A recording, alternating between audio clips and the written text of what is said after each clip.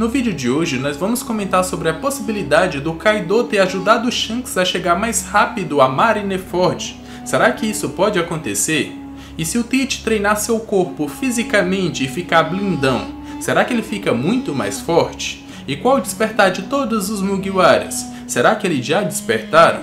Nós vamos comentar sobre tudo isso nesse vídeo aqui. Se você ficou curioso, segue comigo e acompanhe esse vídeo até o final.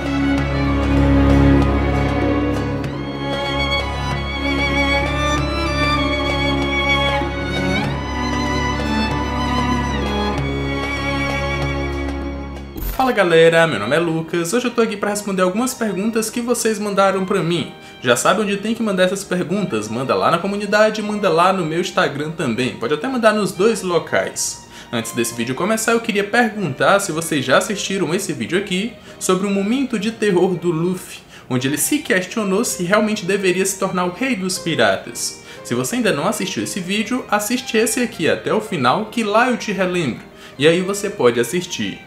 Agora, sem mais enrolação, bora pro vídeo. L17 perguntou: Mano, se o Lau trocasse de personalidade com alguém, essa pessoa ganharia os poderes do Lau? Essa pergunta é muito boa, porque a gente já teve que, com a troca de personalidades, o Sanji conseguiu utilizar o Haki da Observação no corpo da Nami, e a gente sabe que ela não tem esse poder. E aí isso poderia ser respondido com: o Haki está em todas as criaturas, e como a Nami não sabe utilizar, mas tem o Haki dentro do próprio corpo, ela ainda não aprendeu a utilizar, quando o Sanji foi para o corpo dela, utilizou o Haki dela. Ou então, o Haki está relacionado ao espírito da pessoa. E se essa troca de personalidade a gente considerar que tem a ver com a troca de almas, e a alma do Sanji a gente pode considerar que foi para o corpo da Nami, ele utilizou seu próprio Haki no corpo dela. Agora, o que aconteceria com troca de corpos relacionado a poderes de Akuma no Mi? A resposta para isso é que essa pessoa teria sim os poderes do Lau, até porque poderes de Akuma no Mi estão contidos no corpo da pessoa, e não no seu espírito ou na sua personalidade. A gente tem como exemplo o Franky no corpo do Chopper. Quando ele se transformou no Monster Point, ele não conseguiu se controlar, mas conseguiu utilizar os poderes de transformações do Chopper. Então, quando a pessoa troca de personalidade, ou se alguém trocasse de personalidade com o Lau, teria os poderes da Ope Ope no Mi. Só que não teria a mesma perícia que o Lau tem utilizando esses poderes, até porque ele é um médico e essa outra pessoa muito provavelmente não seria, ou teria uma pequena chance de ser um médico também.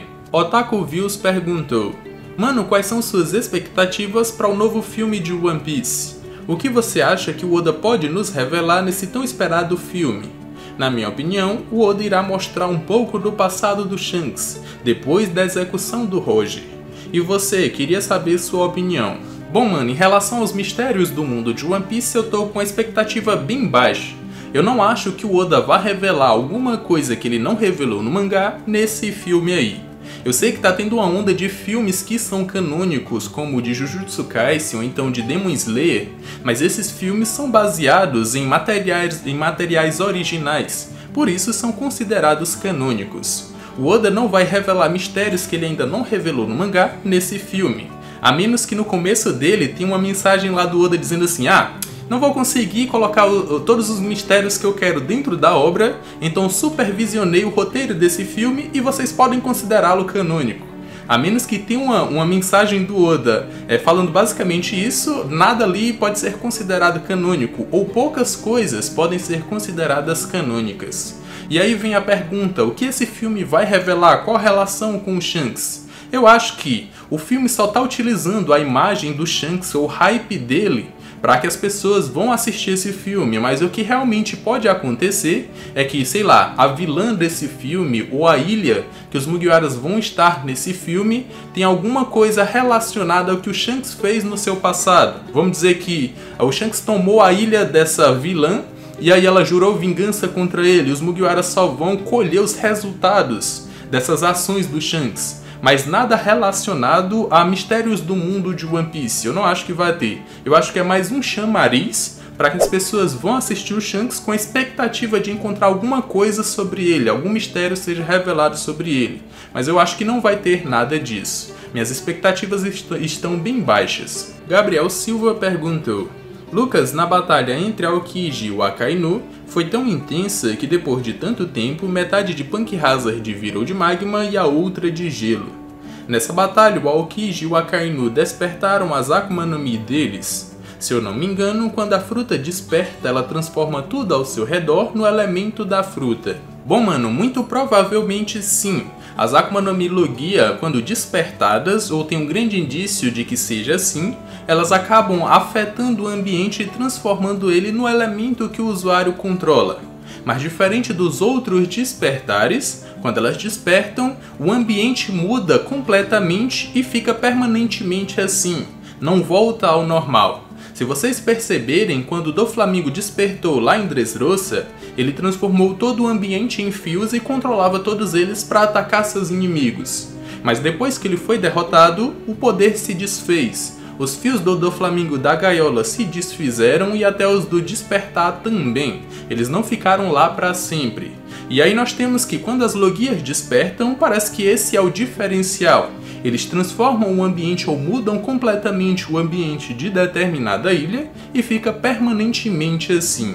Eu já fiz um vídeo só comentando sobre os diversos despertares que já podem ter aparecido ou já foram confirmados no mundo de One Piece. Se você ainda não assistiu esse vídeo, eu recomendo assistir e vou deixar no card aqui em cima pra vocês. Felipe BR13 perguntou: Oi Lucas, amo seu canal. Quem você acha que vão ser os novos imperadores quando Luffy se tornar o rei dos piratas?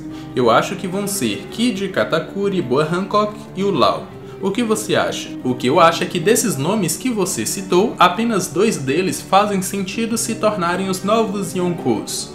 O primeiro é o Kid. Eu consigo ver ele querendo ter um território ali e se tornar um dos novos Yonkous. E o Katakuri pelo fato de que se a Big Mom cair, ele como o mais forte, o segundo mais forte do bando, vai querer se tornar o novo Yonkou para proteger os seus irmãos. Assim como aconteceu com o próprio Marco e o Barba Branca.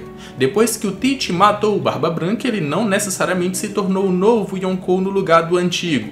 Mas o Marco ficou responsável por tudo, até que o Tite invadisse e dominasse todos os territórios para que ele se tornasse o novo Yonkou. Então, como filho da Big Mom, acredito que o Katakuri pegaria as rédeas de todos os territórios para si, e assim ele se tornaria um novo Yonkou. Agora a Boa Hancock não tem elementos para dizer que ela pode ou não se tornar, até porque eu não acho que ela vá se tornar, e o Law muito porque eu acho que não é o desejo dele ter ali um território bem determinado, se tornar um novo Yonkou. Acho que as pretensões dele são outras. Mas o que eu realmente penso é que depois que nasceu o Rei dos Piratas, não vai existir mais o sistema dos Yonkous. Até porque o Rei dos Piratas é o homem mais livre do mundo de One Piece. Não vai ter territórios que ele não possa entrar ou não vai ter lugar que ele não possa ir. Ele vai ser o homem mais livre de todos os mares. E o próprio Rayleigh perguntou se o Luffy teria força para dominar os mares. O Luffy disse que não quer dominar nada, mas se a gente sabe que o Rei dos Piratas é o homem mais livre, significa que todo o mar do mundo de One Piece é seu território. Então, tecnicamente, ele domina tudo. Até porque ninguém pode tirar nada ou impedir que ele vá para algum lugar. É mais ou menos isso que eu penso. Luffy se tornou o Rei dos Piratas, não tem mais sistema dos Yonkou. Acho que esse sistema aí cai por terra. Kai perguntou: Lucas, quando Luffy derrotar o Kaido, ele vai ser nível Yonkou? Pergunto isso porque enquanto Luffy se recuperou comendo, o Kaido estava lutando sem parar com vários personagens poderosos como os Bainhas Vermelhas, os Supernovas e a Yamato, enquanto carregava uma ilha gigante, que eu acredito que exija dele pelo menos um pouco de esforço ou concentração. Bom, é um consenso entre toda a fandom que o Luffy não é tão forte quanto o Kaido. Na verdade, precisou que inúmeras pessoas lutassem contra o Yonkou para, entre aspas, nerfá-lo, ou diminuir o seu nível de poder até que o Luffy conseguisse bater de frente com ele. E é exatamente o que está acontecendo agora. Então o Luffy não está lutando contra um Kaido no seu 100%, e na verdade nem o Luffy está 100%. Os dois estão acabados porque lutaram muito até chegar nessa batalha final, mas ainda assim o Kaido foi mais desgastado do que o próprio Luffy. E aí podemos dizer que eles estão em um nível equiparado. O Kaido desceu e o Luffy subiu, agora que ele aprendeu a revertir os golpes com seu Haki do Rei. Mas depois que o Luffy venceu o Kaido, a gente pode considerar que ele tem assim um nível comparado ao dos Yonkou. Mas não logo após a batalha. Luffy derrotou o Kaido, Kaido caiu e o Luffy caiu de cansaço depois. Esse Luffy aí ainda não vai ser tão forte quanto o Yonkou. Até porque tudo que o Luffy aprendeu em meio a essa batalha, ele ainda tem que dominar. A gente pode citar o exemplo aqui da batalha dele contra o Katakuri. Ele aprendeu a utilizar o Haki da Observação avançado, mas ele só aprendeu no final da batalha, e ele só veio a desenvolver essa habilidade para usar habitualmente agora no arco de Wano. Então tudo que o Luffy aprendeu, ou todo o nível de poder que ele adquiriu nessa batalha, ou depois dessa batalha contra o Kaido, ele vai internalizar tudo isso ou dominar tudo isso. Mas não logo após vencer, mas sim nos arcos posteriores. E aí a gente pode ter um novo nível de poder do Luffy, que vai ser um nível de poder comparado ao dos Yonkou. Antônio Erval perguntou: Kaido poderia ter levado o navio do Shanks de Wano a Marineford usando as suas nuvens? Isso explicaria como Shanks conseguiu sair do Novo Mundo e vir para a guerra em tão pouco tempo. Se sim, como Shanks pode ter convencido Kaido a fazer tal coisa? Esse questionamento é bem interessante, mas um ponto aqui é que eles não se encontraram em Wano. Na verdade, o Kaido estava indo em direção a Marineford e o Shanks interrompeu e impediu que ele fosse para lá. Mas aí a gente tem que pensar o que faria o Kaido tanto não ir para a guerra de Marineford como ele queria fazer para acabar com Barba Branca, quanto ainda ajudar o Shanks para chegar na guerra mais rápido. E a única coisa que eu consigo imaginar é suborno. O Shanks chegou lá com uma frota enorme de navios, mas não para lutar contra o Kaido, mas uma frota enorme de navios carregados ali com o sake do West Blue. E só assim ele subornou o Kaido e fez com que ele voltasse e ainda ajudasse o Shanks ali com as nuvens flamejantes para que ele pudesse chegar rápido na guerra de Marineford. Eu só consigo imaginar essa possibilidade. Mas essa pergunta é legal porque a gente sempre imagina que a relação dos Yonkous é de eu vou matar esse cara, ou eu odeio esse cara, ou então esse cara tá me impedindo de me tornar o rei dos piratas. A gente pensa que a relação entre eles é assim, mas nada impede que a relação seja amigável. Eles podem ser ali rivais que não se odeiam, mas rivais que se respeitam. A gente pode pegar o exemplo ali do Shanks com o Barba Branca. Eles eram inimigos, mas se respeitaram até o final. E por que não essa relação acontecer entre Kaido e Shanks também? O Kaido vê o Shanks como um rival digno para lutar contra ele, para derrotá-lo, mas não necessariamente tem raiva dele. Aí a Big Mom a gente exclui, porque a véia é chata, a véia é doida, não gosta de ninguém. Mas a relação Shanks e Kaido pode ser ali amigável, são rivais que se respeitam. E aí pode ser que o Kaido ajudou o Shanks dessa forma aí. Essa é uma possibilidade que eu ainda não tinha pensado, mas que eu gostei bastante. Porque tem uma teoria de que o Shanks pode ter chegado rápido à guerra de Marineford, ou ter chego rápido à guerra de Marineford, porque ele veio voando. E aí tem a teoria que vem lá do desenho antigo em que o Oda assistia quando criança, que era Vicky a Viking. E aí tem um navio dela que consegue flutuar, consegue voar. E aí a gente imagina que o navio do Shanks, por ser baseado nesse desenho aí, ou por ter elementos desse desenho, possa ter também o elemento de voar. E aí foi assim que ele chegou mais rápido à guerra de Marineford, mas não tinha pensado nessa possibilidade do Kaido. O Pombo perguntou: Olá, Sogeking, o que aconteceria se o Barba Negra resolvesse treinar fisicamente, tipo, seu corpo? Bom, o que eu posso dizer é que seria uma perca de tempo. O Teach treinar fisicamente o seu corpo para ter ali um peitoral bem definido ou tanquinho não vai torná-lo mais forte que o seu inimigo final, que no caso é o Luffy. O Luffy tem, é todo trincado, o Sanji também é, o próprio Zoro é e o Zoro treina levantando peso, mas isso não faz o Zoro ser mais forte que os outros dois que não treinam levantando peso. Na verdade, eu levo em conta que isso do Zoro é só um aquecimento. Enquanto o navio está indo para uma nova ilha, ele está se aquecendo ali, levantando aqueles pesões. Mas isso não necessariamente significa que ele é mais forte ou vai se tornar mais forte que o Luffy ou que o Sanji, que não treinam levantando peso. Então eu não vejo por que o Teach tinha que fazer isso. Até porque já foi dito na obra que a pessoa só realmente evolui em meio a batalhas de vida ou morte. E aí a pessoa vai aprender uma nova habilidade, vai possivelmente despertar os seus poderes, vai aprender um novo haki, os seus hakis vão evoluir mais. Mas o que eu acho que o Teach tem que fazer é aprender ou dominar todos os hakis, isso se ele tiver o haki do rei. ele tem que dominar pra já, se ele já não tiver dominado nesses 2 anos de time skip, porque o Barba Branca já falou a fraqueza do Teach. Ele é confiante demais em suas habilidades, nos seus planos, e isso vai fazer com que no final ele seja derrotado. Até porque quando ele anulou os poderes do Barba Branca já achou que tinha vencido, mas aí ele levou um espadão no peito e começou a chorar. Então se o Teach não treinar os seus Hakis e depender só dos seus poderes de Akuma no Mi, ele vai lutar contra um Luffy lá no final que já dominou todos os Hakis nas suas formas mais evoluídas e vai levar um pau. O Luffy vai ter os seus poderes de Akuma no Mi anulados pelo Teach, mas vai ter os seus Hakis e aí o gordão vai levar chumbo. Então o que eu acho que o Teach tem que fazer não é treinar fisicamente o seu corpo, mas treinar todos os seus Hakis, porque senão esse vai ser o motivo da sua derrota no final. Calster perguntou: Lucas, como você acha que seria o despertar das frutas do Chapéu de Palha?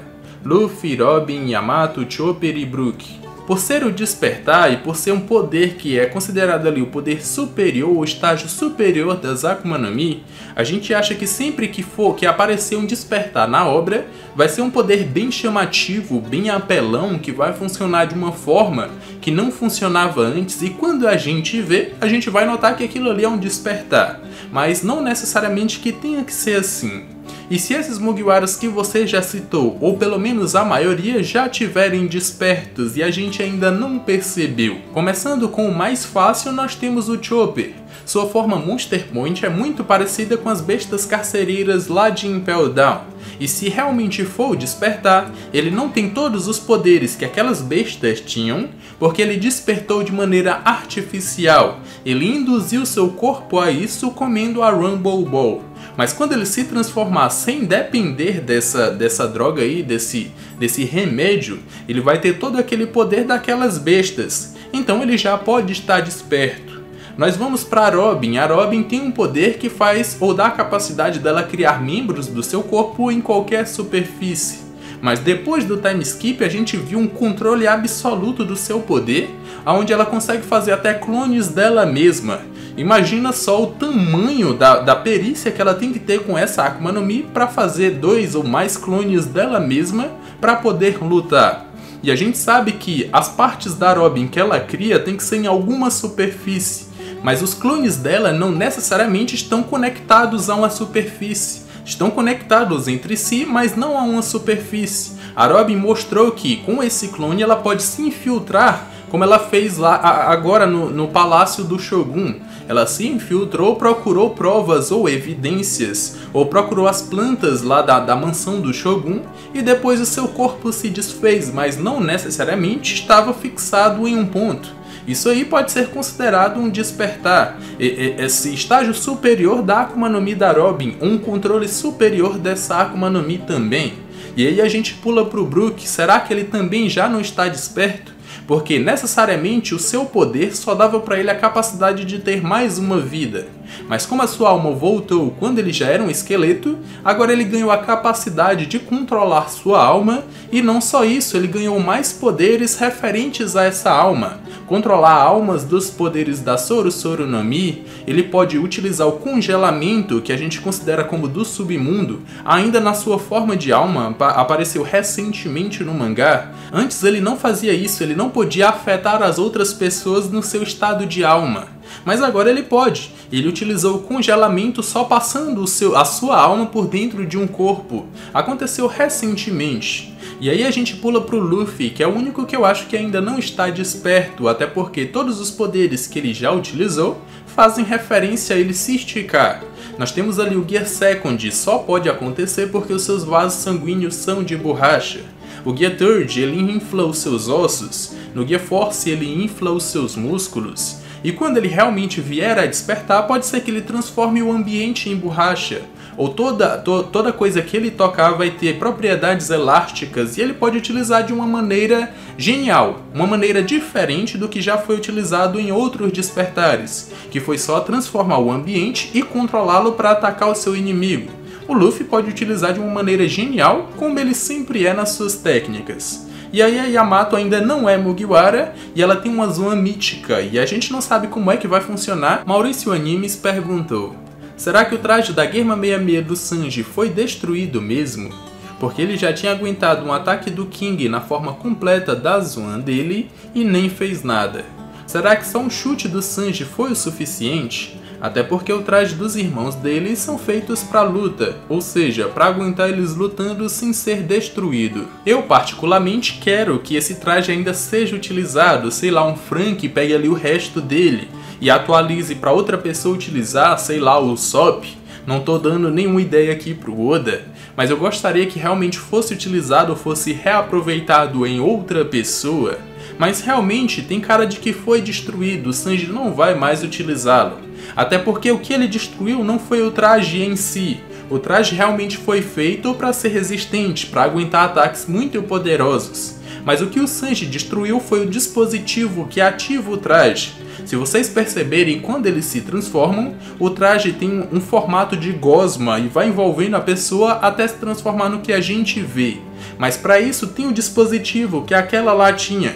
O Sanji destruiu ela e aí impede que o traje possa ser utilizado mais uma vez. Então, hip traje. Eu acho que o Sanji não vai mais utilizar e o Oda também não vai mais utilizar esse traje. Só foi feito para o Sanji despertar os seus poderes. Luan Jefferson perguntou: Lucas, na sua opinião, falta quantos arcos para acabar o One Piece? Sem contar o arco de Wano que já está se finalizando, eu aposto que vão ter mais 3 arcos para o One Piece acabar.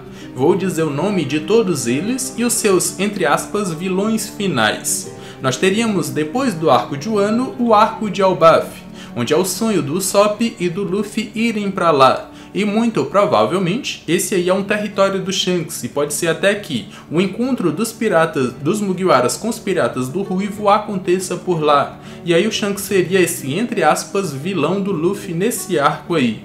E pode ser que o Shanks até ensine o verdadeiro Haki do Rei Avançado, que ainda não foi apresentado. Já fiz uma teoria só falando sobre isso, e se você ainda não assistiu, eu vou deixar o link no card aqui em cima para vocês. Depois do arco de Elbaf, nós teríamos aí o arco da Ilha Final, ou o arco de Laugh Tale. Os Mugiwaras vão para lá, vão encontrar o One Piece, e pode ser que até a batalha final dos Mugiwaras com os piratas do Teach aconteça no caminho para essa ilha, ou lá mesmo. E aí quem vencer vai se tornar o rei dos piratas. Essa é a minha aposta. O Teach seria ali o vilão final desse arco aí, e depois os Mugiwaras descobririam toda a verdade sobre o século perdido, o que é o One Piece, quem é Nika, quem foi Joy Boy de 800 anos atrás, o que aconteceu nesses 100 anos que foram cortados da história. E aí vai vir a guerra final, vai vir o arco final contra o governo mundial, que eu poderia até batizar de guerra final ou então de Pangeia, porque eu acredito que o pico dessa batalha vai acontecer por lá. E aí nós vamos ter uma guerra generalizada entre os Mugiwaras e os seus aliados contra o governo mundial, com o Imu-sama sendo o vilão final dessa guerra final aí. E depois que ele seja derrotado, ou depois que o Luffy derrote ele, aí ele vai implementar o One Piece no mundo todo, vai destruir ali a Headline em 2 pontos, vai criar o All Blue e por aí vai. Esses são os meus 3 arcos que eu acredito que ainda faltam para a história de One Piece se finalizar. Mas pode ser até que o Oda coloque a ilha de Roadstar, pode ser que os Mugiwaras vão pra lá também. Só que pelo tempo que foi dito que o One Piece terminaria ali em 5 ou 8 anos, acredito que esses 3 arcos caberiam nesse tempo aí. E eles são os 3 finais do mundo de One Piece. Bom galera, esse foi o vídeo, espero que tenham gostado. Eu respondi várias perguntas e se ainda não respondi as suas, continua mandando que uma hora eu posso responder. Eu já até posso ter respondido, então dá uma olhada na playlist que vai aparecer aqui na tela final, com os outros Sogeking Responde, que talvez eu já até tenha respondido a sua pergunta. Espero que tenham gostado desse vídeo, se sim já me recompensa com aquele likezão, se ainda não for inscrito e for novo aqui já se inscreve e vem fazer parte dessa tripulação também. Agora se você quiser ajudar mais efetivamente o canal, cogita fazer parte dos membros, ver ali todos os níveis e todas as recompensas que eu acredito que vocês vão gostar. Tô deixando aqui na tela final 2 vídeos que eu acredito que vocês vão gostar, eu me despeço por aqui, um abraço e valeu!